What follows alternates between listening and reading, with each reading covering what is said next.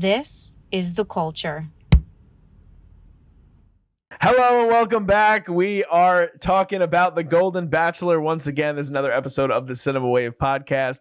If you guys didn't watch our first episode, make sure you guys tune into that. I am a novice to this. This is my first time watching The Golden Bachelor. I am one of your co-hosts, Darian Scalamoni. I am joined by someone who is not a novice in reality television, and it is the reality TV queen herself, Liz Seiko. Hello, everybody. Let's get into this. Let's get into it. Let's get into this. All right, so I'm big hype. I'm really excited to talk about this. Yeah. I watched the episode a little while ago before we started recording, which is very fresh in my head. Oh, so you watched it today? Watched it today. Okay, so I'm one of the Hulu watchers. Do you watch it live? No, I watch it on Hulu. Okay, so yeah, like so the do I. next day. Okay. Yeah. So again, make sure you guys. I don't understand a lot of this. I am learning along with the people who are tuning into Golden Bachelor for the first time. But no, it's good because you come at it from like kind of a like naive point of view that's like, oh, this is beautiful, and me, I'm like, no, the producers did this. See, this is why, I have notes talking specifically about things that I thought were done by the producers, but there was a moment in this, which we'll get into, that was very genuine, and I felt so upset for him. Oh, do you know what I'm talking about? Early on? Yeah. So much. So anyway, let's start from the beginning. I have so many notes. Okay, I'm so excited to talk about it. Second episode, they move into the mansion. Yes, women. they do. They are all walking in. Gorgeous gates open up, and then the women walk into their bedrooms, and there's bunk beds. Yep. And right away, some of these women are just like, "This is not going to work." Well, Sandra has 2 knee replacements. That was something I didn't know prior to the episode. I'm glad I got that information. Which I love because like in other episodes, they walk in and they're like, "Oh my god, a mansion! Like so beautiful. This is gorgeous. This is way better than my apartment at home." And I feel like these women were just kind of like, this isn't gonna work. It was hilarious. They complained about every single possible accommodation made for them. But the thing that I did think was funny too, like, not to say that just because they're older that they're not like normal people, but I was like, the every aspect of the mansion was the same. Yeah. And it's like, well, these women are at least 30 years older than every other contestant that's ever been on the normal Bachelor or Bachelorette. Mm-hmm. So to me, I was like, that's also hilarious. And so many of them are like, yeah, I'm a fan of the show. And then they act as if they don't know anything about the show, which I thought was really funny too. But yeah, so we see the mansion aspect that I thought was pretty funny. But then we start to see Gerry already kind of has his eye on somebody who, shout out Jersey. We were talking about her last week, but we're talking about Theresa, and she goes on the date. Yeah, so she gets the date card. Yes. Which, like what you were just talking about before of some women being like, not knowing kind of the rules of The Bachelor. I laughed when the woman was like, "What is that?" Yeah. When he like brought out the date card, she's like, "What is that? Are you reading it to us?" And what's the host's name? Is it Jesse? The guy now? Yes, Jesse. Yeah, and Jesse's even confused because they're like, "Are you gonna open it?" And he's like, "I'm not gonna open it." He's like, "I don't open it." He's like, "One of you reads it." Like, have you never? I just feel like if you're going on a reality TV show, you have to watch at least one season to know what's happening. To go in completely blind is ballsy. Yeah, it's for sure ballsy. So we have the date with Theresa and Gerry, and there are moments of this this date that I thought were really genuine and really tender and really good for again, we talked a little bit off camera, but I'm very curious to see with your reality TV brain how much of this was probably staged but there were other parts that I thought were very cringy, and we'll get into that too. But I want to talk about the thing that I felt for Gerry like early on, because, and I think I talked to Zach about this off camera. Like, so they give him this convertible. Mm-hmm. So that's the date that he picks her up. And they go in like it's like an old timey convertible, and they're going to an old timey kind of drive-in cafe is like essentially, or like drive-in diner. And he talks about how like he used to have that as a job when he was young. It's adorable. It's so sweet. It is. It's so sweet. But on the drive there, he picks her up for the date. And on the drive there, his headlights start to like flicker like really bad. Like he's losing his headlights. And I was saying to Zach, I was like, for me, like I would be terrified in that situation. And I'm not 75 years old. You know what I mean? Like that was a terrifying thing. And I felt really bad. But I think the one moment that came out of that at least in terms of like propelling the show forward and kind of his relationship with Theresa, the moment where she puts her hand on his shoulder, and I was like, that was like so sweet, because that's something that probably just anybody, like if they're in a stressful situation, if there's somebody that they love or someone that they care about doing that for them, if they are who they are supposed to be in their life, it's a calming presence. And Gerry talks about that kind of on the onset of her finally doing that. But like I said, I felt so bad because it's like an elderly man for the first time driving a car that he's never driven on a road he's never driven. Yeah, he's like, I've never driven in California before, and here I am also driving a car that they're probably like telling him, the producers, like, listen, this is a rented car for this event, so like make sure you don't damage it. And then all of a sudden his lights stop working. Well, I was saying to Zach too, that I do think there was part of it, and for the production people, like you can tell that there's a light on him as they're driving, and I was like, there probably was a production truck either in front of them or behind them. You also see footage of the car from like the front. Yes. And so that's how you're also able to see that the lights aren't working. Yes, exactly. So because I love a good conspiracy theory. Okay. Do you think that it was planned, or do you think that was like an accident? I think if that was planned, then Gerry's a way better actor than we think. Because he actually looked concerned. Maybe they didn't tell him, but like the producers were like, oh, let's see how she like. If that is the case and they did that, that is so fucked up.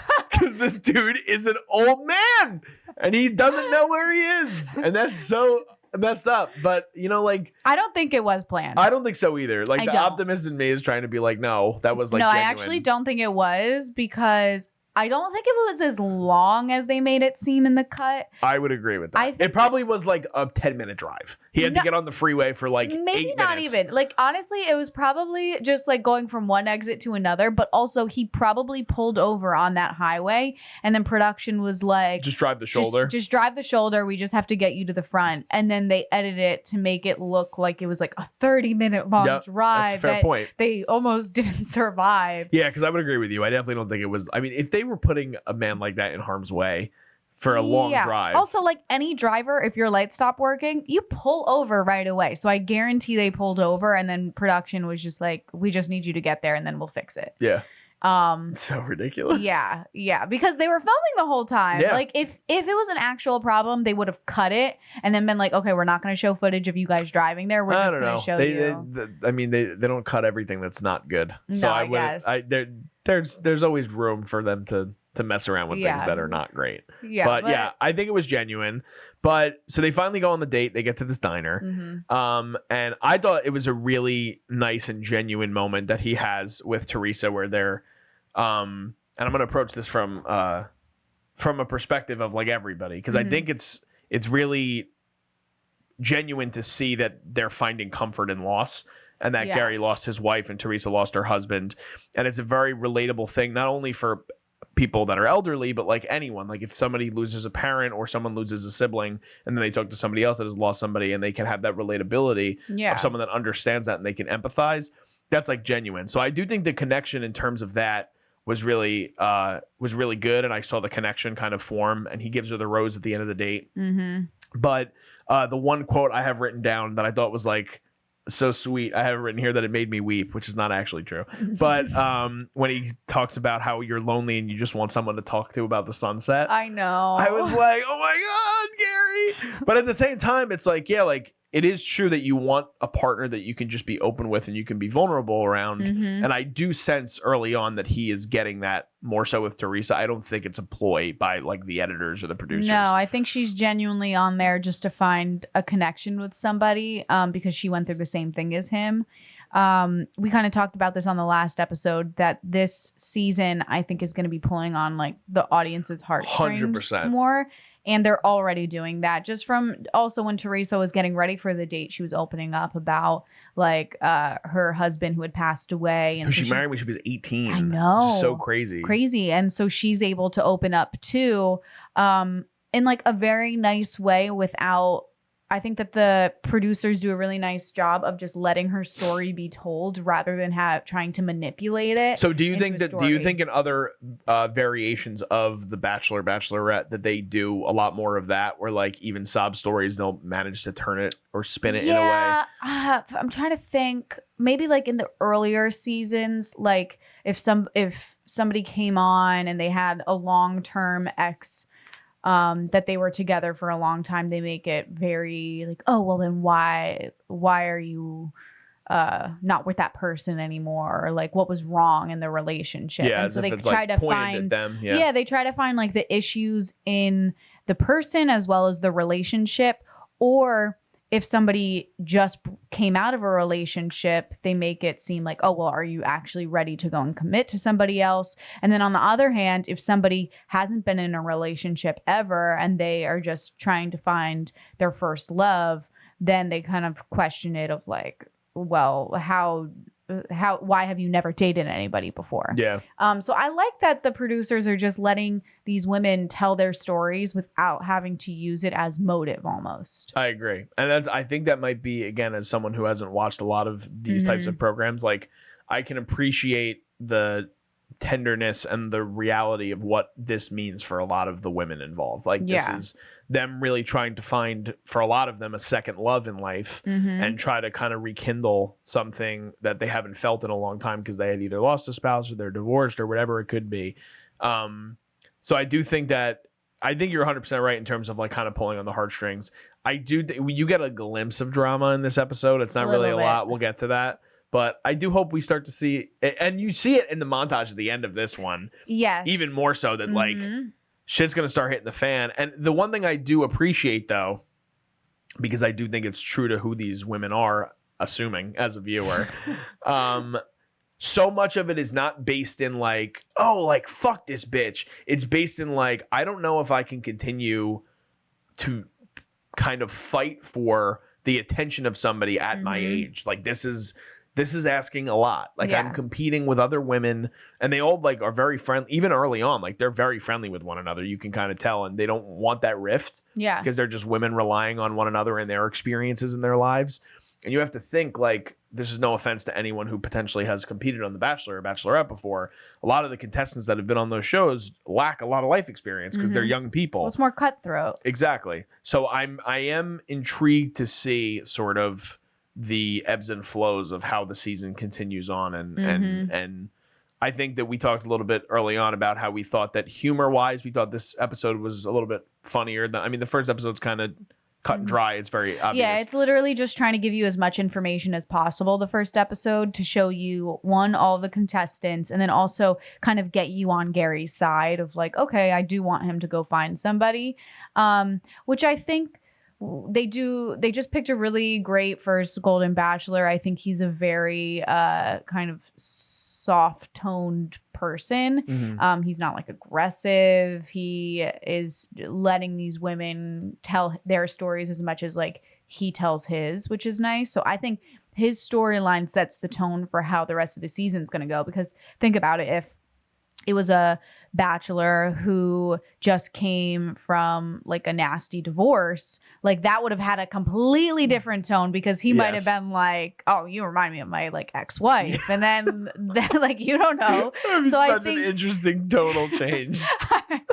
I'm just saying that they set themselves up to have kind of a more heartfelt season than cutthroat. Yeah.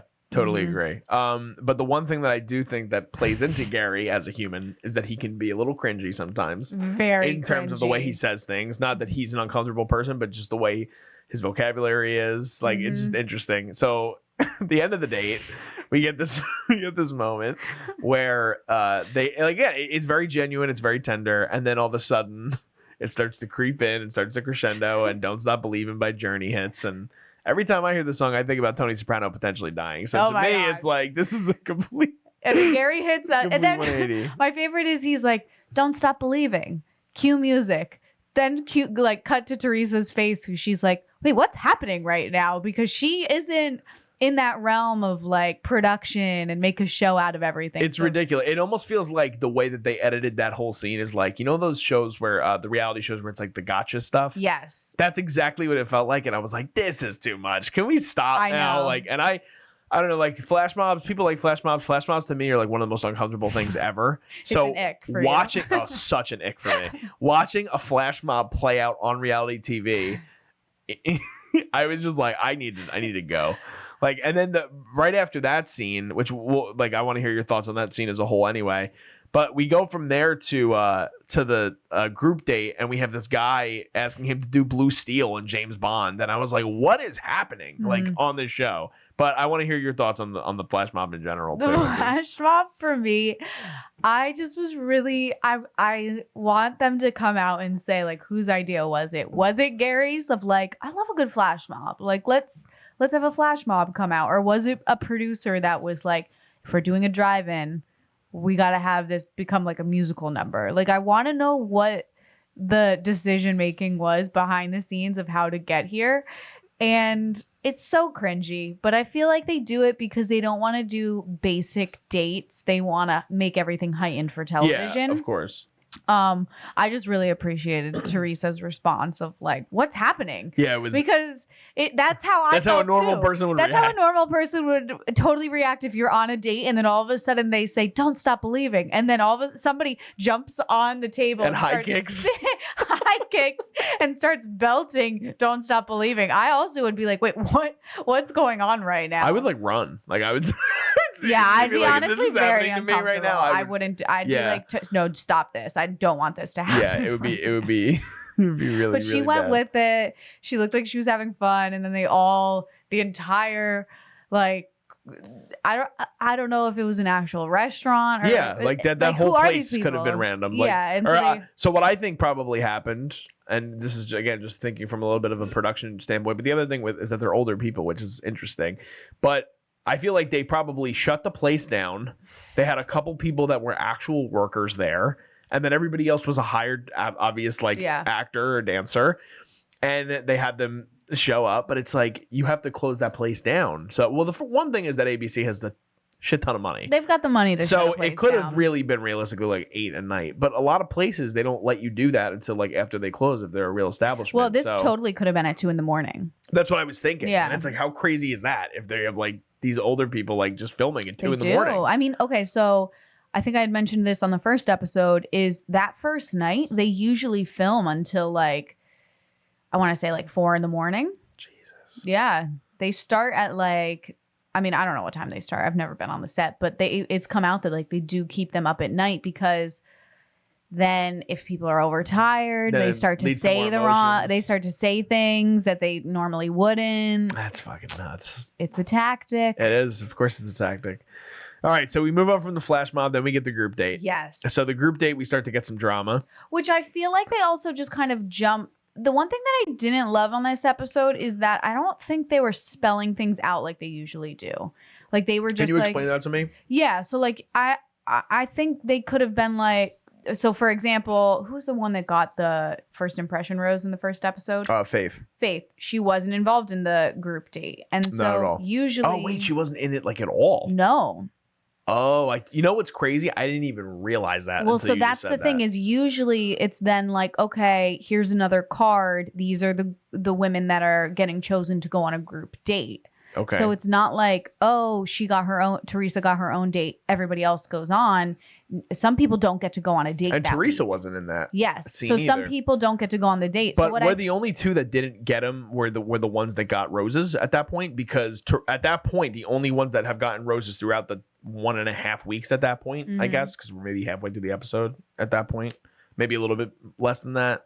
But Faith gets the rose in the first episode, and Theresa gets the rose at the end of the flash mob sequence. So, no, I think there were other women left out of the date.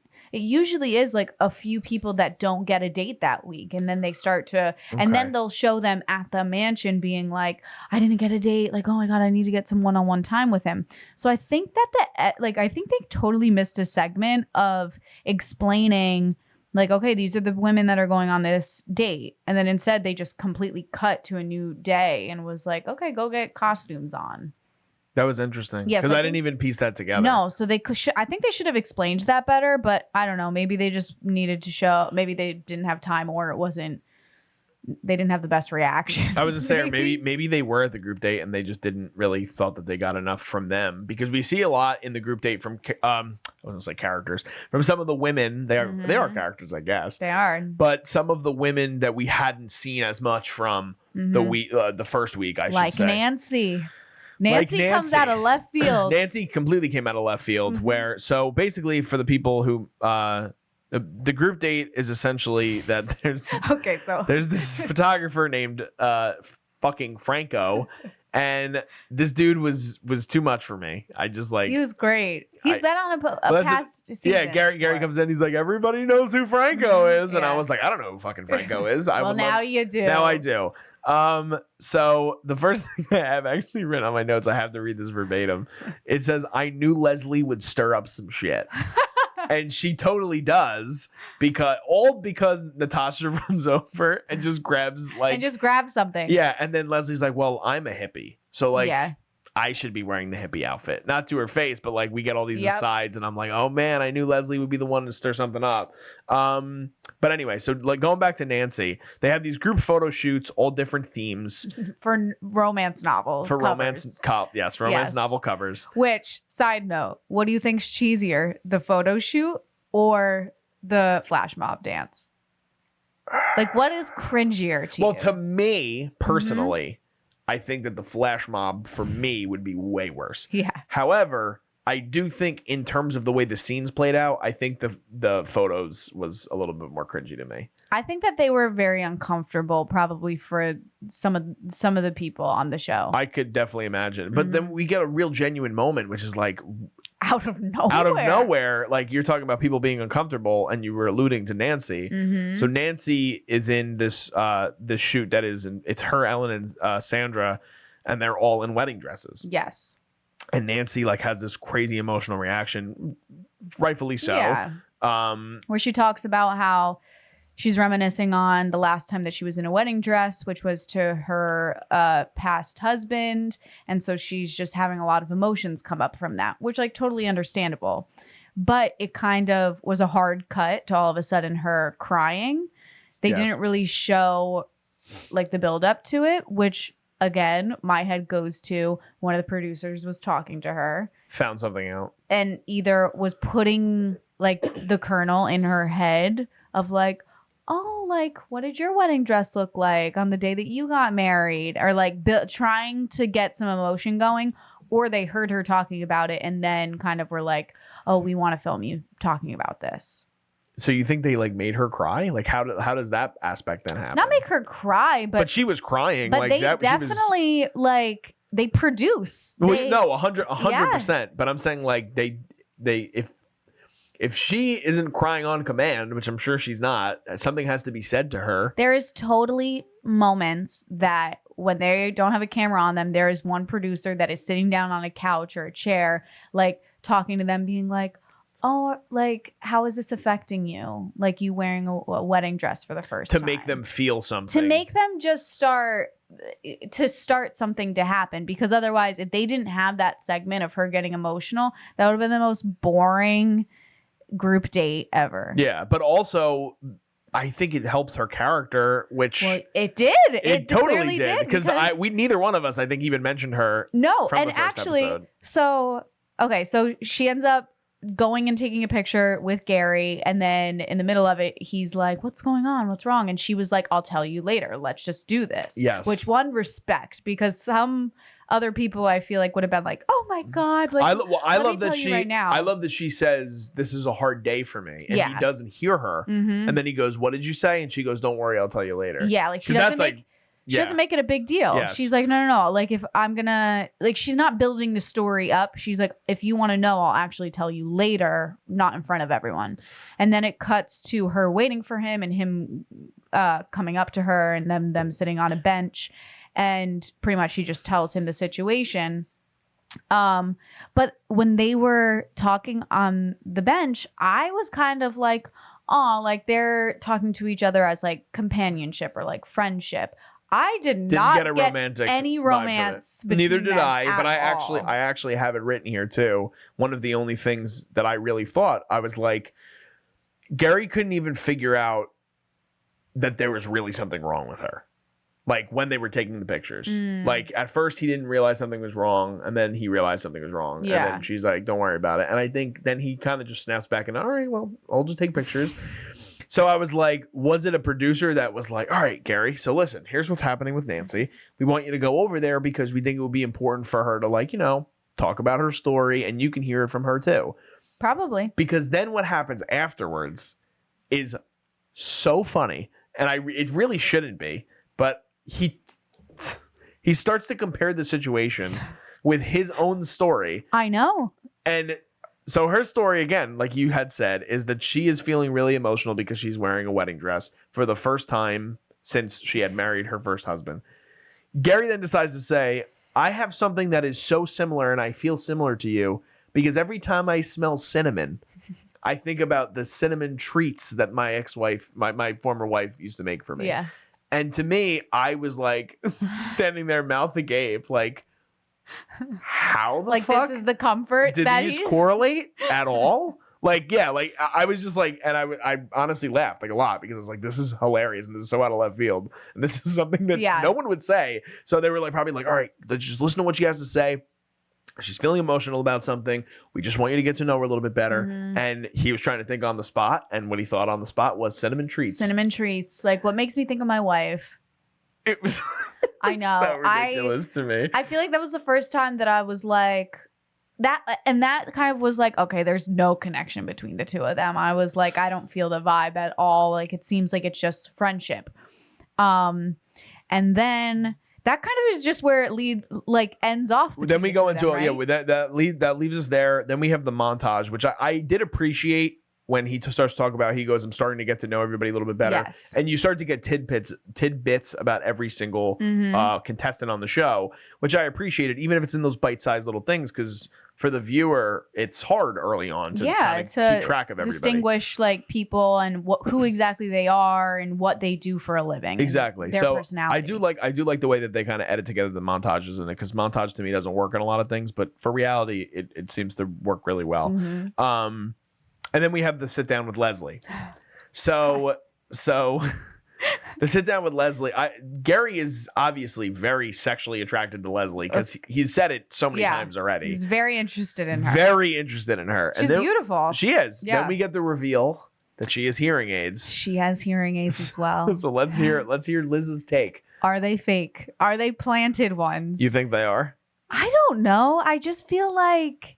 Do we just think every hearing aid in the show is maybe it's just maybe it's me being naive, but I just feel like they're both so young to be wearing hearing aids.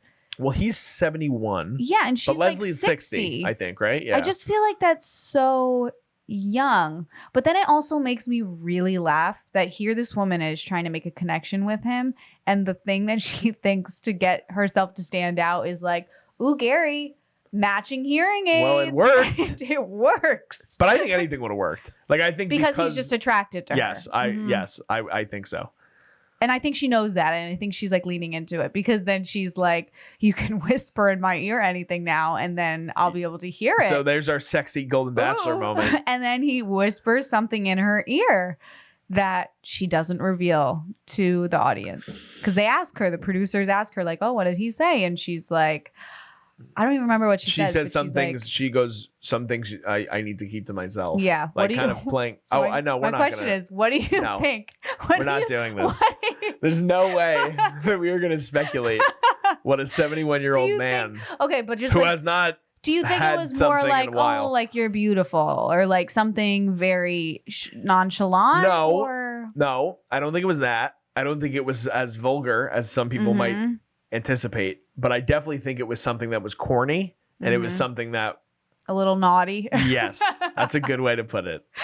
I mean, it wasn't Leslie the one who came in the birthday suit? No. She was the one that was dressed as like, she had the walker and then ripped it off. And she was wearing like a sexy dress. Yeah, like a shorter, I think strapless too. And then she kept dancing with him throughout the first night. Oh, here we go. Mm-hmm. Well, Gerry's got a favorite. I like Leslie. I think she's fun. I think she's fun. I kind of want her to stir some shit up. Like, I think she's going to be the one to. I agree. But maybe not. I think that and I don't think I wrote her name down here. Who, the one with the short hair. Is it Susan? Susan. I think Susan's gonna start some shit too. I do too. She's got an edge to her, but she's just like. Well, she sat down. Or no. That was late. That's later in the episode, so we'll get to that. Okay. But Leslie, did they end up kissing? Leslie and him? I don't know. No, who did he kiss? He kissed someone, didn't he? He kissed. Did he kiss Nancy? Like when he gave her the picture? The picture. You don't remember this? No, that wasn't Nancy. That was I think Eileen. Oh no, it's Ellen. Ellen. You're right. It's Ellen. He kissed Ellen. Yes. He kissed Ellen. Yes. All right, we'll get to that. Okay. Sorry, everybody. Oh, sorry. Still, we're jumping around. We're jumping around. We're starting to get a feel for who these women are. But so we have the moment with Leslie. Then we get Gerry's birthday sequence, which big hype. Who doesn't love a birthday? And he walks in the mansion and no one's there. Yep. And of course, another thing that has to be manufactured, because I'm like, if they were really surprising this man, like there's potential that he could have a heart attack. Like I'm not trying. I don't think I'm speaking out of left field. There's potential that if there are 15 women yelling surprise at a 71-year-old man, that he could just drop dead. Mm-hmm. So I don't think that. I think that was fully planned. I think they were like, hey, Gerry, listen, we want to celebrate your birthday. The women are going to be outside. You're going to act like you don't know what's going on. And you're just going to act surprised. You're just going to go. So we get that moment. And then here's the big turning point for me. So April, who I think we talked about a little bit last week. April is the most entertaining out of the whole contestant group. I think she's so funny. So she's the one that definitely acts the youngest. Mm-hmm. Like she's still and he talks about how she's very spiritual. Do you have my notes up on your laptop? Yes, I do. Do you want to read what I wrote for April? Wait.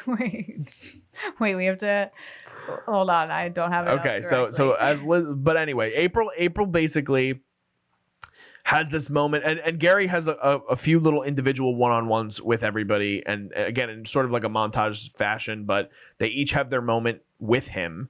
And April says something in particular. I don't remember exactly what it was. She was like, it was something, I think it was like, how does Gerry like his wieners or something?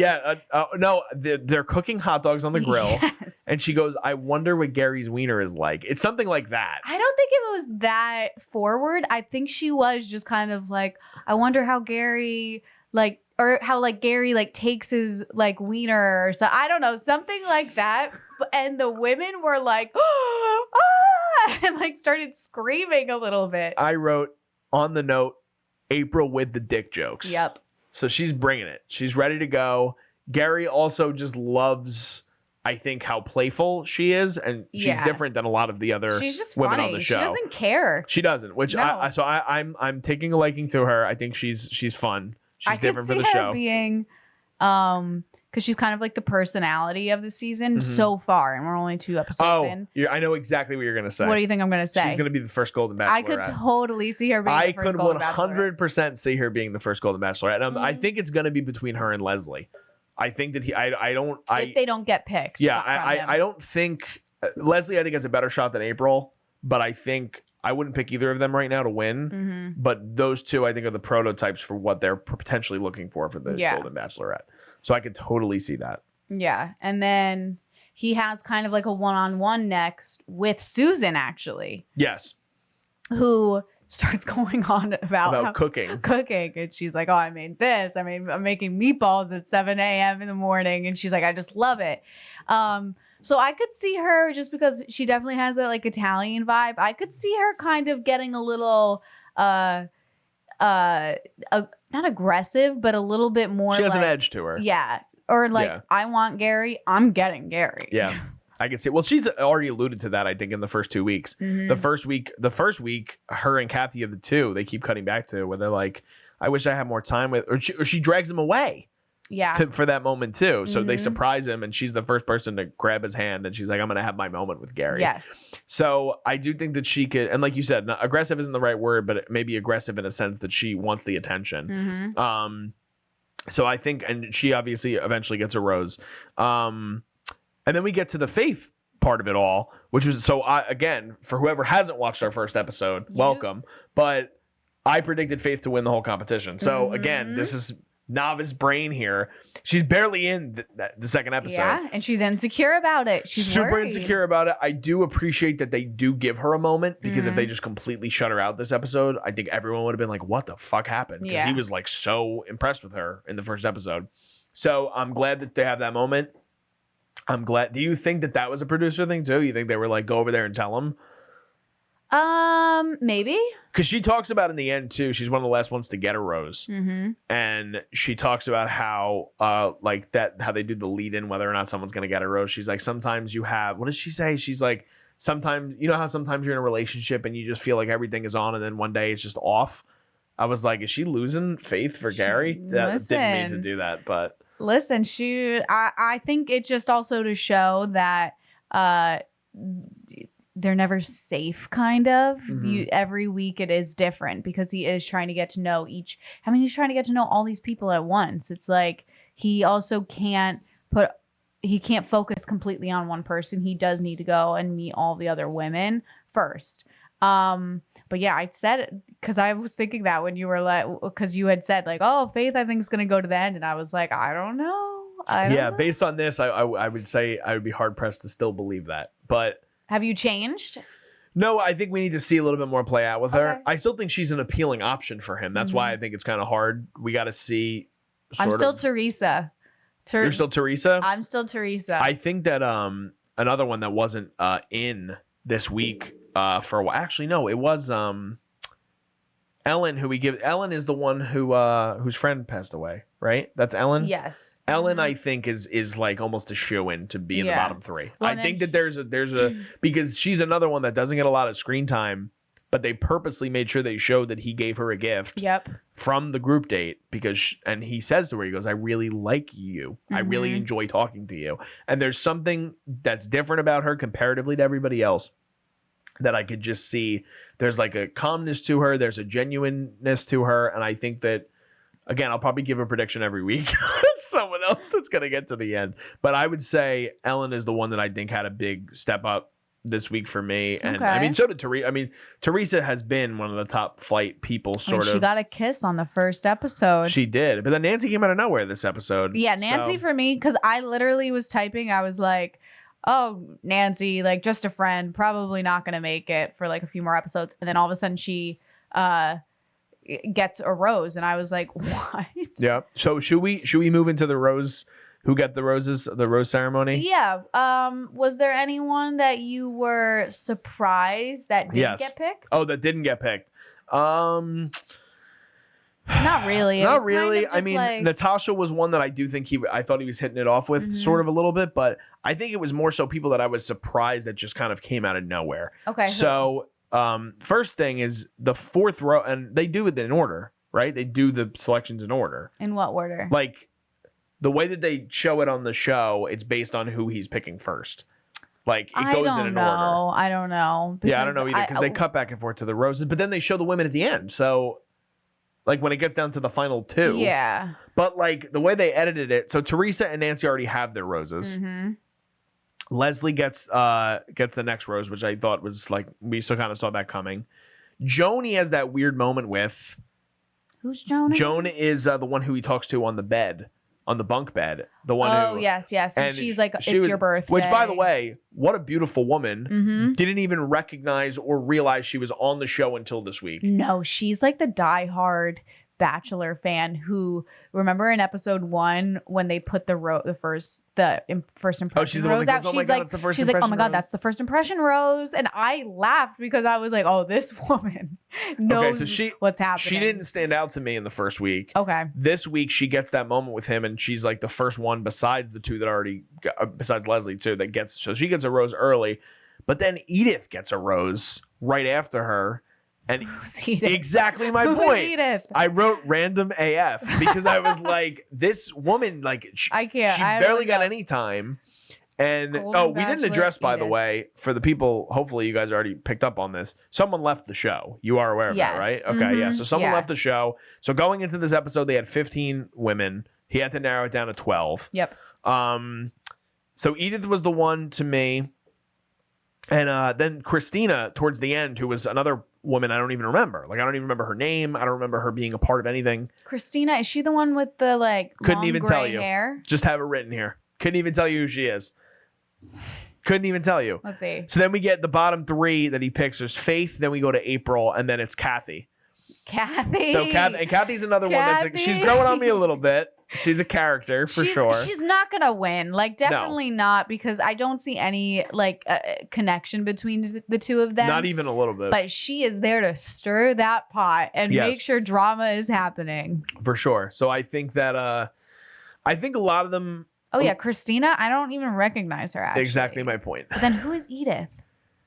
Edith is she's Hispanic, long gray hair. Oh yes, gorgeous. See, I love her. Actually, in the first episode, I thought that she was going to be a bigger, like a bigger. But that's we haven't as an audience seen anything from her really, which and that's makes where me I'm like, think she's just gonna like next episode she might just get cut. Interesting, but she was like the fifth person take. If it is in order, she was. Like, I don't think it's in order. I don't think it is. Okay, but I could be wrong.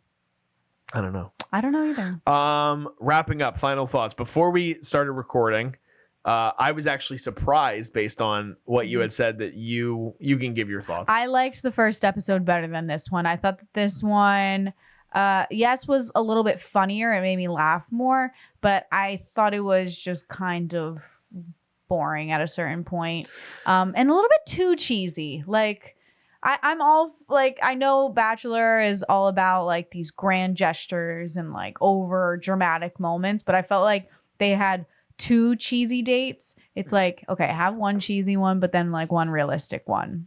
And I think that's a fair point. Mm-hmm. Are you enjoying it? I know because you're not a Bachelor fan. Are you enjoying it more than normal Bachelor? Yes. I don't know if for a different reason. Yeah, for a different reason, because it's different than what I expect from Bachelor, because it's making it more sentimental and like sweet, rather than like I've talked about before, kind of like the aggressive looking for drama. Yeah, I think I've talked to somebody else off camera about someone who's like a Bachelor fan, and their favorite version of The Bachelor is Bachelor in Paradise, which is like the most like balls to the wall craziness. It is. Which I haven't watched, but I would kind of explain to them, I was like, I do think that there's an element of like, I don't know if you've watched the show, but there's like a Ted Lasso effect to this. It's like the world is like, there's things happening in the world that are so shitty, unfortunately, on a day-to-day basis people deal with. This is a comfort show, and not in a comfort show in the way that like you kind of consume a lot of your favorite reality TV, where it's like, I'm here to just watch chaos unfold. And I'm literally there to watch people like ruin their lives on exactly. Like, national this television. Is something that people are like, this is so, and for older people, it's probably great because they're like, oh my God, Gary's such a stud. Like they can, he's and gorgeous. He's a gorgeous man. But like also for that younger audience that the numbers keep spiking up and the ratings keep going up, it's something where it could just be tender and you could root for people to find love again in an older age, and that life doesn't just end when you like, that's a big part of it too. It's like, I think he talks about it with Theresa in the diner about like time and how she's like, and like at this point in our lives, like we got to sort of speed up time. And I think there's like a really interesting message in there. It's like people don't take their time to appreciate things. And this might be something that for other audiences, it's like they get that sort of like that serotonin boost with like, this is nice. This is sweet. I can go to sleep and I could be like, very nice. And to just don't stop believing. And just don't stop believing. That's the perfect way to end this episode. Guys, stop believing. We have just talked about the Golden Bachelor, episode 2. We have enjoyed the conversation. Yeah, I love it. We hope that you guys at home are enjoying the conversation. You guys are enjoying the Golden Bachelor. You guys can watch it on ABC on Thursdays, I think at 8 p.m. I think so. Yeah, and then you can watch it next day on Hulu. You guys can stream it there. Again, make sure you guys, if you haven't already, be sure to follow us on Instagram at Cinema Wave Media. We're also on TikTok. We're on Reels. We're on Facebook. We're also at _Culture Wave Media on Instagram as well. We have a blog for entertainment news. We'd love for you guys to follow that as well. We have reviews. We have casting, a bunch of things that we talk about. And we're just kind of starting on this journey. We hope you guys follow us along. Make sure you guys subscribe, you guys like, and definitely make sure you guys comment your thoughts, because we're curious on who you think are your favorites, people that are annoying you. We want to be here for the drama, and Liz and I will clap back the best that we can. It's great. So I'm just going to sign off right now. My name is Darian Scalamoni. I am Liz Seiko. And we'll see you guys next time.